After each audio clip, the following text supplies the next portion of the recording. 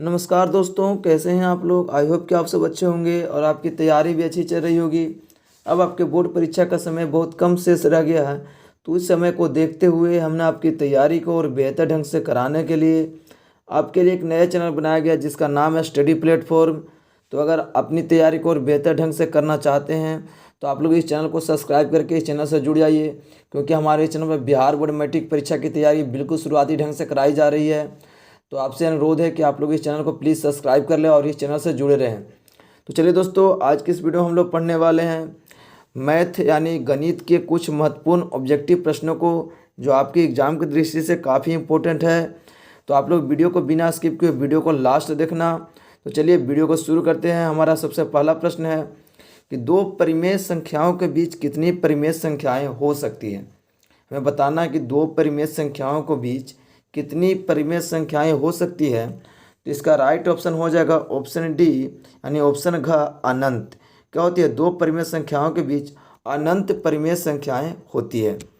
तो चलिए हम अगले प्रश्न की ओर बढ़ते हैं। हमसे पूछा है कि निम्नलिखित में से कौन अपरिमेय संख्या है। हमें बताना है कि इनमें से कौन दिया गया है जो अपरिमेय संख्या है। तो जैसा कि हमें पता है कि जिसका वर्गमूल निकलता है वो परिमेय होता है, जिसका वर्गमूल नहीं निकलता है वो अपरिमेय होता है। 64 का वर्गमूल निकालेंगे तो हमारा 8 आ जाएगा और 36 का 6 आएगा, इसलिए ये तो अपरिमेय नहीं है। 81 का 9 आ जाएगा, ये भी अपरिमेय नहीं है।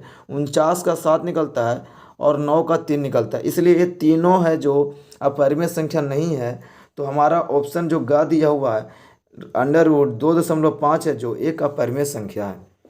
चलिए हमारा अगला प्रश्न है कि निम्न में से कौन परिमेय संख्या है। बताने कि इनमें से कौन है जो परिमेय संख्या है। तो जिसका वर्गमूल निकल जाता है वही होता है परिमेय संख्या। √3 का वर्गमूल नहीं निकलता, इसलिए परिमेय संख्या नहीं है। अब यहाँ पर देखना है कि 2√2/2 है। तो अब जैसे ही इसका सोल्यूशन करते हैं तो √2 से √2 कट जाता है, हमारा बचता है 2। तो 2 एक क्या है? तो 2 एक हमारा एक परिमेय संख्या है, इसलिए इसका राइट ऑप्शन ख हो जाएगा। 2 है जो एक परिमेय संख्या है।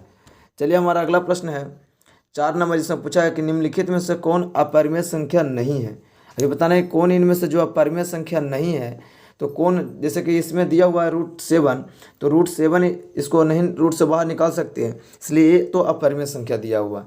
अब √3 भी एक अपरिमेय संख्या है, ठीक है। √2/√5 भी एक अपरिमेय संख्या। हमारा बाकी रहेगा √75। तो √75 को हम ऐसे लिख सकते हैं 5√3, और √48 को लिख सकते हैं 4√3। अब देखते हैं तो √3 से √3 कट जाता है, 5/4 हमारा बच गया। तो 5/4 एक परिमेय संख्या है। तो यहाँ पर पूछा गया था कौन अपरिमेय संख्या नहीं है, तो ऑप्शन घ है जो एक अपरिमेय संख्या नहीं होगा। चलिए हमारा अगला प्रश्न है 5 नंबर। हमसे पूछा है कि निम्न में से कौन अलग है। अब हमें बताना है कि इनमें से कौन है जो अलग दिया हुआ। 3/5 क्या है? तो एक परिमेय संख्या है। 16/4, तो 4 से जैसे काटेंगे 4 चौका 16, बाहर निकलेगा क्या? 2 निकलेगा, तो ये भी हमारा एक परिमेय है। अब 2 परिमेय आ गया। √2/5 है जो एक अपरिमेय संख्या है, इसलिए ऑप्शन घ है जो बिल्कुल अलग दिया हुआ है। अब बाकी जो घ दिया हुआ है वो भी एक परिमेय है, तो इसका राइट ऑप्शन ग हो जाएगा। चलिए हमारा अगला प्रश्न है कि पाई एक कैसी संख्या है। पाई हमें बताना है कि पाई एक कौन सी संख्या, परिमेय है, अपरिमेय है, पूर्ण संख्या या प्रकृत संख्या है। इसका राइट ऑप्शन हो जाएगा ऑप्शन ख हो जाएगा, पाई एक अपरिमेय संख्या होती है। चलिए हमारा अगला प्रश्न है कि 4√3 क्या है। 4 - √3 एक कैसी संख्या है। तो हम जैसे कि हमें पता है कि √3 का वर्गमूल नहीं निकाल सकते, इसलिए यह अपरिमेय संख्या है। और अपरिमेय संख्या किसी के साथ जुट जाए या तो घट जाए, वो अपरिमेय संख्या ही बना लेती है। तो ऑप्शन ख इसका बिल्कुल राइट ऑप्शन हो जाएगा, अपरिमेय संख्या। चलिए हमारा अगला प्रश्न है कि √3 और √5 क्या है। अभी √3 और √5 बताना है। जैसे कि हम बता चुके हैं पहले भी कि जो रूट से बाहर नहीं निकाल सकते वो अपरिमेय संख्या होती है। तो ये दोनों क्या दिया हुआ था? दोनों अपरिमेय संख्या का उदाहरण है। ऑप्शन ख इसका बिल्कुल राइट ऑप्शन है। चलिए हमारा अगला प्रश्न है कि संख्या रेखा पर प्रत्येक बिंदु प्रदर्शित क्या करती है। तो संख्या रेखा पर प्रत्येक बिंदु एक वास्तविक संख्या को प्रदर्शित करती है। ऑप्शन का इसका बिल्कुल राइट ऑप्शन हो जाएगा। तो चलिए हमारा अगला प्रश्न है, क्या सभी वास्तविक संख्याएं एक परिमेय संख्या होती है। तो क्या सभी वास्तविक संख्याएं एक परिमेय संख्या होती है। तो इसका राइट ऑप्शन हो जाएगा ख, हाँ होती है। चलिए हमारा अगला प्रश्न है कि संख्या 0.2 3, ठीक है, उसके ऊपर क्या दिया हुआ है, रेकरिंग दिया हुआ है। तो रेकरिंग को हमें हटाकर परिमेय संख्या के रूप में बदलना है। तो कैसे हटाते हैं रेकरिंग को पहले समझना है। तो हमें इसको हटाने के लिए पहले क्या करते हैं, जो 0.23 दिया हुआ है, रेकरिंग हटाने के लिए पहले दशमलव हटाते हैं, और जब जितने अंक पर रेकरिंग रहता है उतना हम नीचे लिख देते हैं।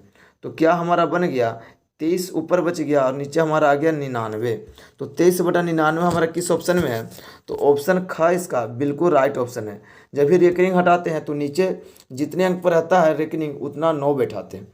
चलिए हमारा अगला प्रश्न है, हमें इसे भी परिमेय संख्या यानी P/Q के रूप में लिखना है, ठीक है। तो 23.43 दिया हुआ है, पर रेकरिंग दिया हुआ, तो इसे लिखना है किस रूप में, P/Q के रूप में। तो इसका कैसे निकालेंगे, तो इसको समझते हैं पहले हम। तो क्या दिया हुआ, 23.43 इसके ऊपर रेकरिंग है। रेकरिंग हटाने के लिए क्या हम अभी बताएं, रेकरिंग जितने अंक पर रहता है उतना 9 बैठाएंगे, ठीक है। तो 2 अंक पर तो 2 9 बैठ गया। इसमें देखते हैं कि दशमलव के आगे कितना अंक है। दशमलव का आगे हमारा अंक दिया हुआ वो 23 है। जो जितना भी रहता है उस पर रेकरिंग रहता है उसको हम घटाते हैं ऊपर वाला में। तो घटाएंगे जैसे ही, तो हमारा यहाँ पर लिखा हुआ 2343 में 23 घटाते हैं तो हमारा बच जाएगा 2320, और बट्टा में क्या बचेगा, 99।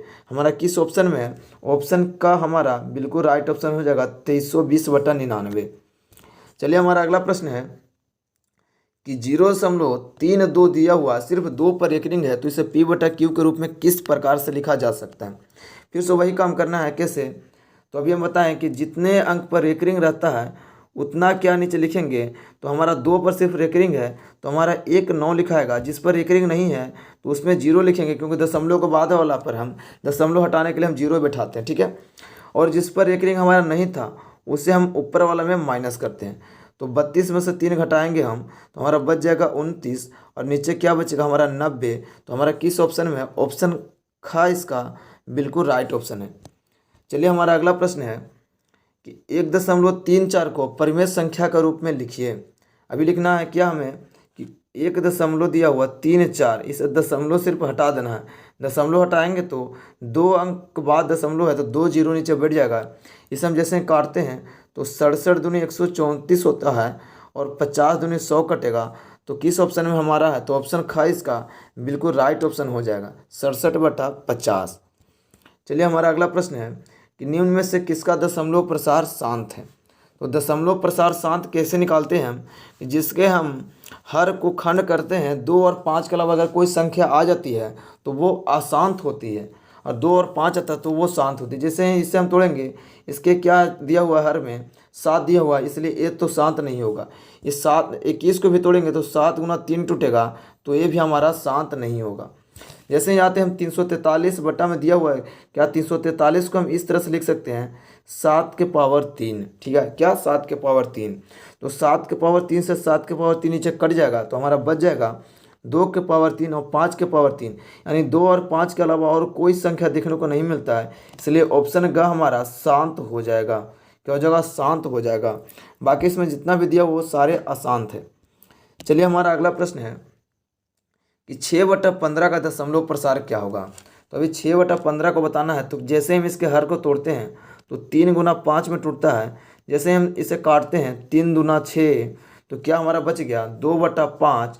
देखते हैं कि नीचे हमारा 5 और 2 के अलावा और कोई संख्या नहीं आया है, इसलिए इसका क्या हो जाएगा, दशमलव प्रसार शांत हो जाएगा। क्या हो जाएगा, शांत हो जाएगा। चलिए हमारा अगला प्रश्न है कि 11/15 का दशमलव प्रसार क्या होगा। तो 11/15 को तोड़ते हैं तो 3 गुना 5 में टूटेगा। देखते हैं कि 5 और 2 के अलावा एक 3 आ गया इसमें, इसलिए 11/15 एक अशांत प्रसार है। क्या हो जाएगा, अशांत हो जाएगा। चलिए हमारा अगला प्रश्न है कि 17/24 का दशमलव प्रसार क्या होगा। फिर से वही काम करेंगे हम, इसके हर को हम खंड करेंगे तो 24 को तोड़ेंगे तो 2 गुना 2 यानी क्या होगा, 2 दूनी 4 हो गया, 4 तिहाई 12 और 12 दूनी 24, ऐसे टूट गया हमारा। जैसे ही देखते हैं कि 2 और 5 के अलावा एक 3 आ गया हमारा, इसलिए जब 3 आ गया हमारा हर में तो एक क्या आ जाएगा, अशांत हो जाएगी। क्या हो जाएगी, अशांत हो जाएगी। तो हमारा किस ऑप्शन में है, ऑप्शन ख इसका बिल्कुल राइट ऑप्शन है। चलिए हमारा अगला प्रश्न है कि 156 के अभाज्य गुणनखंड करने पर 2 के महत्तम घात क्या होगा। चलिए हम 156 का अभाज्य गुणनखंड करते हैं। जैसे ही 156 का हम अभाज्य गुणनखंड तोड़ेंगे तो हम 2 से लगाएंगे पहले, तो क्या आएगा हमारा 78 दूनी 156, फिर से लगाते हैं तो क्या आएगा हमारा 39 दूनी 78। फिर जैसे लगाते हैं तो हमारा 2 सब नहीं लगेगा, तो 3 से लगेगा, 13 तिया 39। जैसे देखते हैं तो 2 हमारा कितना बार आया है, तो 2 का पावर क्या हो जाएगा हमारा 2, यानी 2 का घात क्या हमारा आया 2। तो ऑप्शन घ इसका बिल्कुल राइट ऑप्शन है। चलिए हमारा अगला प्रश्न है कि 625 के अभाज्य गुणनखंड में 5 का अधिकतम घात क्या होगा। तो 625 का जब अभाज्य गुणनखंड करेंगे तो 5 का अधिकतम घात कितना होगा। तो चलिए हम पहले इसको 625 को अभाज्य गुणनखंड के रूप में तोड़ लेते हैं। तो जैसे इसे 5 से लगाते हैं तो 125 मरतबे लगेगा, फिर 5 से लगाएंगे तो 25 से लगेगा, और फिर 5 से लगाएंगे तो 5 से लगेगा। हमारा 5 का घात कितना आ गया, तो 1 2 3 4, यानी 5 के पावर 4 लिखेंगे तो 5 का अधिकतम घात क्या आएगा 4 आएगा। ऑप्शन घ इसका बिल्कुल राइट ऑप्शन है। तो चलिए दोस्तों, इस वीडियो में बस हम इतना ही प्रश्नों को रखते हैं और वीडियो को ज़्यादा लंबा नहीं करते हैं। बाकी के प्रश्नों को हम अगले के वीडियो में देखेंगे। तो आशा करता हूं कि आपको ये वीडियो पसंद आया होगा। अगर वीडियो पसंद है तो वीडियो को लाइक कर दीजिए। चैनल को अभी तक सब्सक्राइब नहीं किया तो चैनल को सब्सक्राइब कर दीजिए, क्योंकि हमारे इस चैनल पर बिहार बोर्ड मैट्रिक परीक्षा की तैयारी कराई जा रही है। तो आप लोग इस चैनल से जुड़ जाइए और अपनी तैयारी को और बेहतर ढंग से कीजिए। तो चलिए दोस्तों, हम मिलते हैं अगले वीडियो में। तब तक के लिए जय हिंद, जय भारत।